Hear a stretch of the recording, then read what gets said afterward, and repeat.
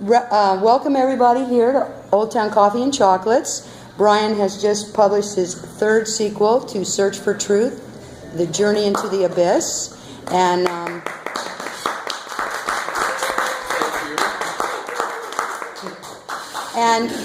it's the third in a series of books that try to have a theme of accountability, truth, and humanism.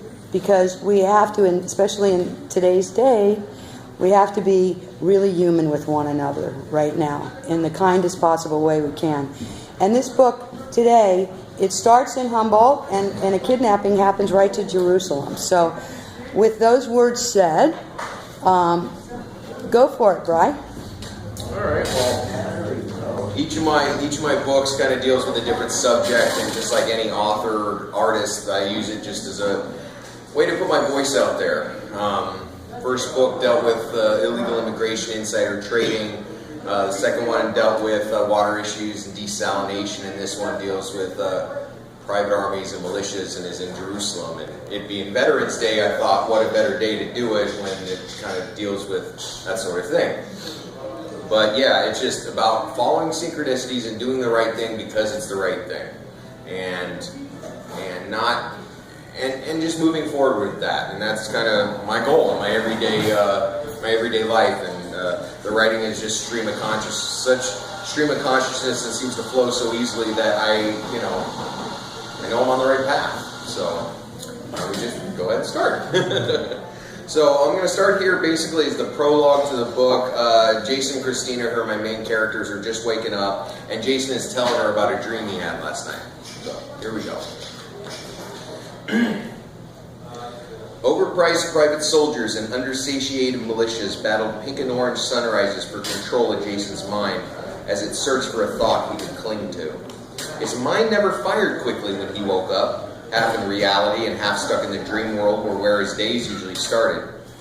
This was no ordinary mind-racing marathon the average insomniac put themselves through. It was a feeling stronger than 1,000 men, or maybe 2,000, depending on how long Jason obsessed about it.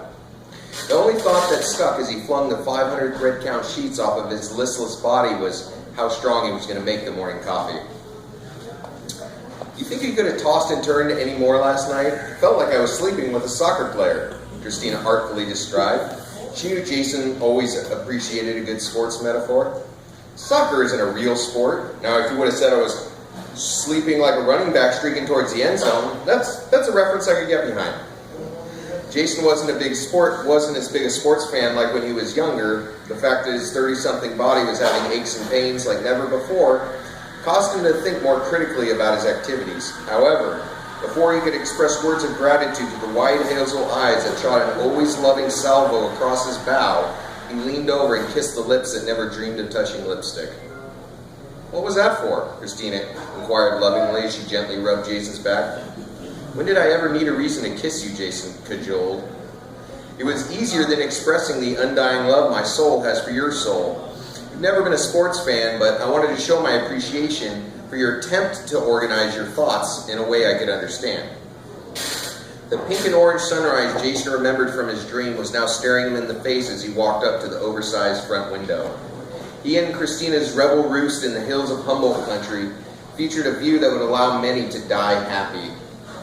The house was a bit bigger than the apartment they left behind when Jason went his way and Christina went hers but now they had a home base they could grow and evolve from.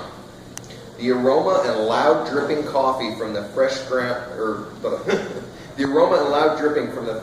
coffee roused Christina from the sleep she fell back into. She was so tired from the Netflix marathon the night before that she didn't want to get out of bed.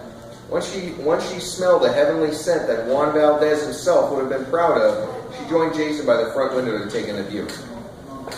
It's an amazing day, not a cloud in the sky. Should we go to the river? They look healthy again from all the rains, especially with that revolutionary pipeline we helped push through. The drought has lessened dramatically because of it. Christina was restless ever since she and Jason made their way back from Cuba. Their trip wasn't nearly as dangerous as escaping drones and missiles on their way to Detroit, but an adventure nonetheless. That pipeline is pretty amazing. Water rates have plummeted since it came online. We have to make sure people don't get complacent and waste water. That's a much easier problem to deal with.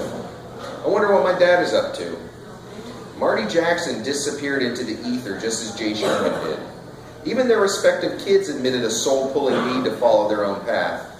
Jay and Marty might not have been brothers, but they had much in common. It made cosmic sense that their kids ended up finding each other. Did you just say your dad? You haven't used that word in a long time, since you were working with him, I think.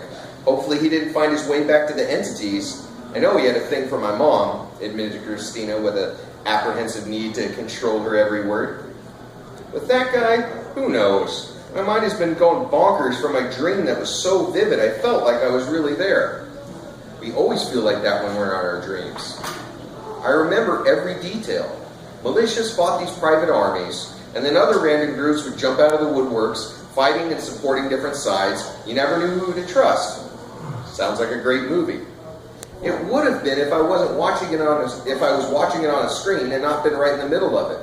Everybody was fighting everybody for control over territory, goods, wealth, and resource production. Then it showed me images of the pipeline, and then back to the fighting again. Then there were piles of bodies everywhere, covering every inch of the ground. They disappeared, then more people showed up, and the fighting continued. Then more bodies, and they disappeared, etc. Almost like a video game, where you lose your life and then respawn back into the war. Jason spoke a million miles a minute, which was unusual given caffeine hadn't entered his bloodstream yet. That does sound like a video game, which is strange because you're not a gamer. Anyway, what happened next? Christina knew this dream and its analysis from the love of her life was building to something. She knew where this energy led them in the past, which made her nervously excited. Maybe it meant ending their one-year absence from being the establishment's worst nightmare. The coffee finished brewing before Jason finished the thought he was preparing for Christina, so he grabbed the biggest and most brightly colored mugs out of their mahogany-stained cabinets. He proceeded to fill them with the jet black coffee that he always made way too strong. However, if their purpose was to wake up and get on with their day, then strong to the point was where they needed to be. He grabbed the steaming mugs and motioned for Christina to join him at the 6-person redwood table that was constructed by a neighbor. Jason offered to pay him, but the guy said it was his pleasure, and that Jason would do the same for him if given the chance. This was weird considering Jason could barely nail 2 boards together, but the sentiment was there. It was an amazing gift, so he graciously accepted, even though he expected a favor request to appear out of thin air somewhere down the line. Did you make your famous racehorse coffee again? You know, the kind that makes you run around the house 10 times and race to the bathroom? Christina sniped as she sat down next to the only person who could make her truly smile. Definitely. I needed something to wake up my brain so I could analyze my dream from last night. It's been a while since we've been in a game, and for my own peace of mind, I need to find out if this leads somewhere we need to go, like the water park or the postcard. Since nothing was slipped under our door this morning, and the phone hasn't rang since yesterday, I need to hypothesize what it means. I didn't tell you what stopped the fighting in my dream, did I? Jason thought. He sipped the rocket fuel that powered not only his mind, but his body to move towards his intended destination. No, you didn't. You just went off on one of your tangents again. Since the philosophical and intellectual place your mind goes is one of the most attractive things about you, I let you do your thing. Christina joined Jason on one of the wooden chairs surrounding their table, which reflected the disappearing color of the sunrise. After the fighters died and respawned, it seemed like 100 times, I thought it would never end. It was when this thought entered my head that it caused a beautiful pink and orange sunrise to shine off all the warriors' faces. They put down their guns and knives, unattached their hands from the throats of their enemies, and stared at the sky. Not only was it weird that the fighting suddenly stopped, but it was the middle of the day when the colors showed up. I knew this was a sunrise from having watched them when I woke up early enough. Anyway, after thousands of men and women looked at the sky for what seemed like an eternity, they gave each other hugs, handshakes, and friendly glances, acting like they'd been friends the whole time. Then they returned to their vehicles parked just over a ridge in a parking lot. That's the end of the first section I have. So I'll go on to the next one here. So Marty, who is Jason's dad, is at a Mossad base in Jerusalem, being introduced to the local Mossad boss, if you will. What's a Mossad? Mossad is the kind of the Israeli CIA. basically. Alright. Kronos has been really biting my butt, Marty muttered to himself. Peering into the eyes of another bullet-ridden body of an unknown enemy, he wondered, was this what his life had become? Was his only purpose to fend off whomever was coming out of the woods to do whatever their sardonic minds could dream up? I don't know where time has gone either, related David. A 40-year-old Mossad agent with something to prove. One day I'm running drills, next thing I know I'm deployed to a firefight in Jerusalem to protect some American. I'm not just some American. Any of my countless enemies would tell you that. Until this point, Marty's purpose was to make his life as good as possible. With his critically thinking mind, he believed the more money he accrued toward the furtherance of evolution, the more love he could inject into the system. Marty believed money could help bring love. Whether love came first, Marty never really given the concept much thought since Christina's mom broke his heart all those years ago. You might have a lot of enemies, but you have many more friends. Just like anybody whose heart was in the right place. 90% of the time anyway, ridiculed David. He only knew Marty for the few months since the firefight, but understood right away that he held a deeper purpose. What about the other 10%? I'm sure your special visitors will answer that question forthwith. The old city of Jerusalem had endured thousands and thousands of years of wars and ethnic cleansing, followed by brief periods of hopeful peace. This was usually followed by somebody being assassinated by a member of that person's own religious group who thought they went too far by even negotiating treaties. These treaties were a huge step forward, but still didn't go nearly as far as they needed to. If people want to live in peace, justice, and equality, mutual respect and compromise are imperative. Keeping the balance was exactly why Marty found himself in the basement bunker of a Jerusalem Mossad base. His roots were one reason he could call this place home and was hoping Jason could too. This place is pretty well stocked with weapons, Marty exclaimed. He looked around the conference table he and 8 other men were sitting around and noticed women were guarding all entrances and exits, as well as the arsenal Marty knew could start something major. It's got to be well stocked. We never know when some Palestinian terror group will attack. There's a base 10 miles from here. We've been trying to infiltrate it so we can rot them from the inside, barked Rebecca, a 35-year-old Mossad leader who held ultimate authority. Nobody turned away when she spoke, so Marty figured he better not either. I might be able to help with that, Marty injected to scowls of disbelief. To the Mossad, he was just one more American cowboy who thought world politics would bend to his will. What's your plan? Drop more bombs and kill more people? We all know you're good at killing, especially ex-presidents, right? Rebecca sarcastically inquired. Marty immediately went into a flashback. His eyes slowly traversed a very plain room, staring blankly into space. While the guards and everybody sitting around the solid oak table stared at him, wondering if he snapped, Marty remembered what brought him to Jerusalem. He left Jason, Christina, and Bryan back in Detroit when they escaped the enemy's hit squad, but only felt bad about Goose. He was the best man Marty ever knew. He realized they wouldn't have been able to escape without Goose's heroic last stand. Running through the woods and thick brush while bullets flew by his ears with his no longer estranged son and his consciousness-building crew made him understand what was really important. You okay, man? Somebody slip a Mickey into your coffee? bantered David, questioning Marty's emotional stability. I'm fine. Just thinking about why I came here. I thought seeing the old city would be good for my soul. Kind of the Jewish version of Malcolm X's Hajj to Mecca, Marty expressed genuinely. The other agents in this very clean and very institutional room were all thinking the same thing. Is this guy nuts? You're comparing yourself to Malcolm X? Are you saying that all Jews and Muslims are alike? Should we just get over the fact that we've been stupidly fighting for thousands of years? Fumed Rebecca. She didn't like her senior agent David bringing Marty here, but she trusted him, and not because they slept together, but because they both wanted a peaceful world. The fact that Muslims and Jews have many similarities is besides the point.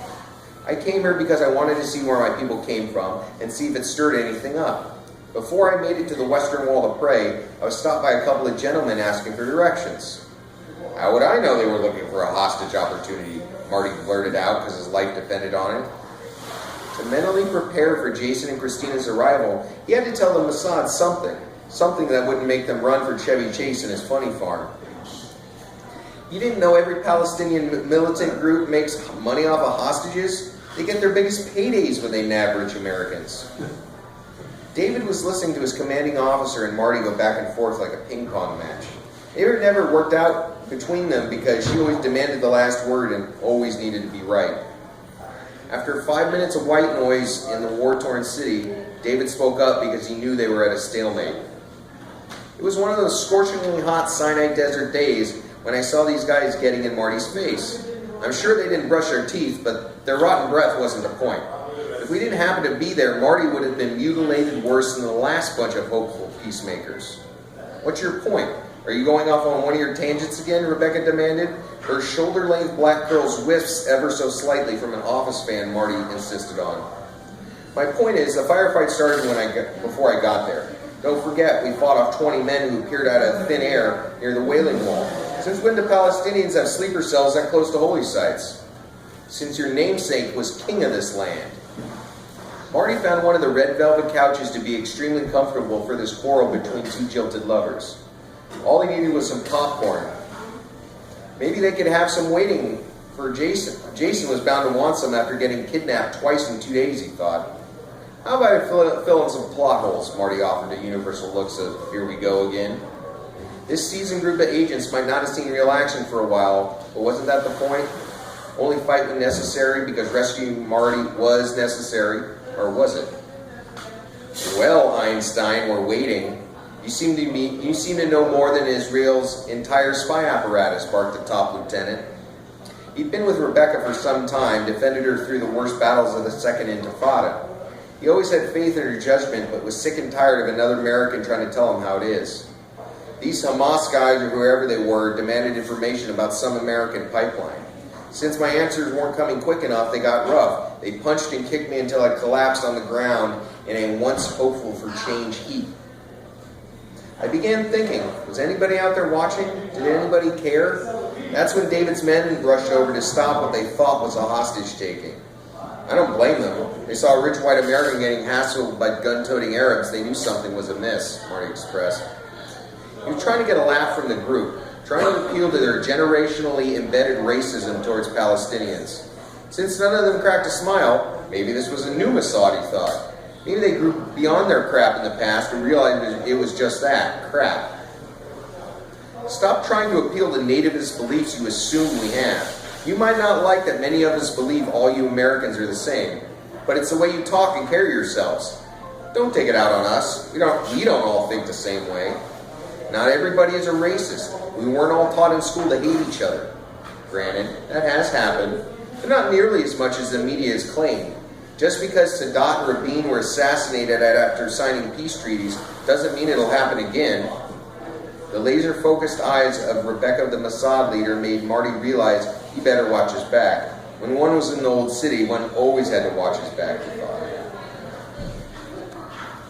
That's my second section, and so, I don't know what you think. One more? Okay. So this will be the last one I'll read here. Jason and Christina have now arrived at that same Mossad base, and they're kind of sitting around a table with Marty and David. Maybe I could throw my 2 cents in, David queried, winking from new understanding. By all means, Christina answered. She wanted to be a facilitator of progress like Marty, just less murderous. Being the only actual Mossad at this table, expressed David, while the rest of the group gave him a no shit look. I can admire you for wanting to come here to see how we construct our pipelines, but the last thing we need is more people gunning for us. You think you have enemies behind every tree? Try being surrounded by Arab countries on all sides, wondering when they'll finally build a rocket powerful enough to flatten a city. They teach their kids in school, or should I say, train their kids in school to hate, kill, and destroy. Don't you guys teach the same thing to your kids? Jason deduced. Christina felt uneasy about Jason challenging a guy who spends all day fighting terrorists. From the passionate for change look he gave her, however, she smiled, because the man she loved humanity even more. Some of our kids are taught to hate, sure. What are you supposed to do when people are constantly advocating your destruction? I'm trying to make sure never again is really never again, David bellowed, wondering who this punk kid thought he was. Are you somebody who thinks they can change things? You think you can chart a new course for a multi-generational fight that will continue long after we're gone? Maybe. I want to do something. I mean, how are we any better? We teach our kids the same thing they teach their kids. Doesn't that make us just as bad? No. When was the last time you met a Jewish suicide bomber? Never. Well, then I suggest you shut up when you don't know what you're talking about. Marty had the uneasy feeling as when Jason lured President Bowman into a trap. He hoped he wouldn't have to mete out the same outcome on David, but because Marty was really starting to like him. Besides, how would he, Jason, and Christina escape from somewhere in the desert surrounding Jerusalem? Jason gave Marty a look that said, "Let me handle this. I've been preparing for it my whole life." This passion was revealed when Marty first met Jason, and something that constantly proved itself in real time. Christina grabbed Jason's arm and said, "I'm scared. Don't let this guy bury us in the desert." He let her know with a loving glance that this was but one more step into the unknown. Not quite an abyss, but something close. I'll have you know, I actually do know what I'm talking about. When I went to Hebrew school in America, we were taught that Arabs and Palestinians were evil. I was there. I know what I was told. Afterwards, I realized that people are different because we're all unique. You can't generalize about anybody we meet. You can't think any group believes monolithically, Jason happily revealed without a second thought. Jason marinated over the words emanating from Jason's mind. He started thinking about how Jews were generalized.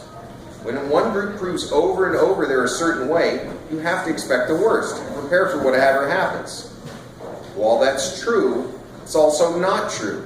Have you met every single person in the world that belongs to any group? Unless you have, you don't know what you're talking about. Aren't unfounded theories why people call the Jews liars and schemers who want to control everything? I've heard such things. Well, then you know how important it is to upend that paradigm. You know as well as I do, there isn't one group in the entire world that has been more persecuted than Jews. Nobody has been expelled more or cordoned off in more ghettos than them. Given that history, how can you sit there and advocate doing the same thing to others? Doesn't the Torah say that all people deserve to be free and that all people deserve to live their life without being put into an imaginary box?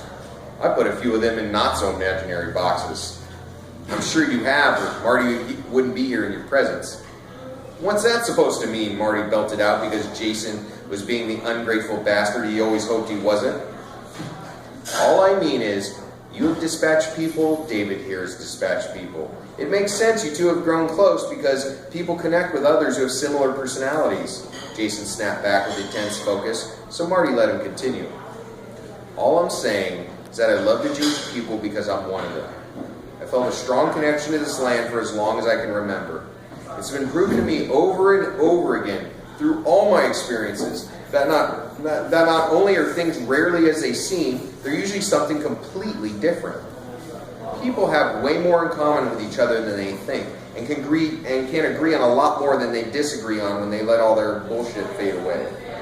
This Israeli-Palestinian conflict is an extreme example of that, but you're a perceptive person. You know it's true.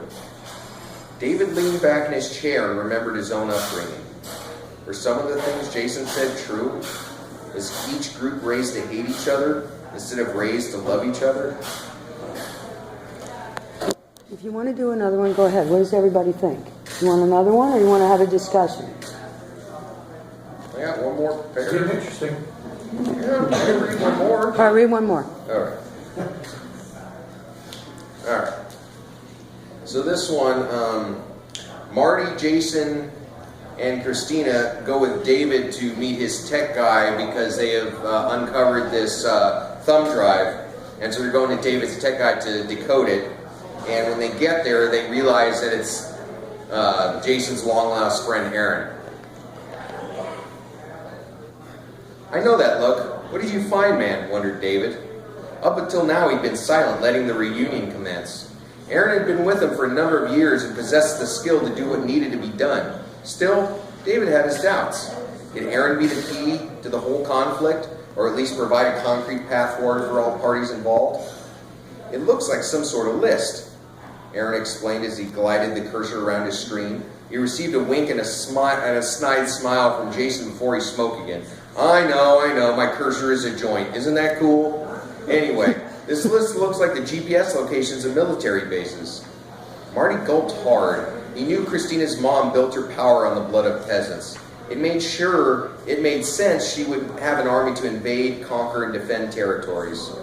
That is certainly interesting. When I was in my previous employment, Marty Coyley stated as Christina and Jason rolled their eyes simultaneously, "Don't look at me like you don't trust me. How many times have you lied to us in the past, or covered up some aspect of your true nature?" Jason bellowed. Who wouldn't constantly feel slighted if their father suddenly appeared after a long absence? Even though Marty had helped him, even though they hated his methods, Marty did have their back.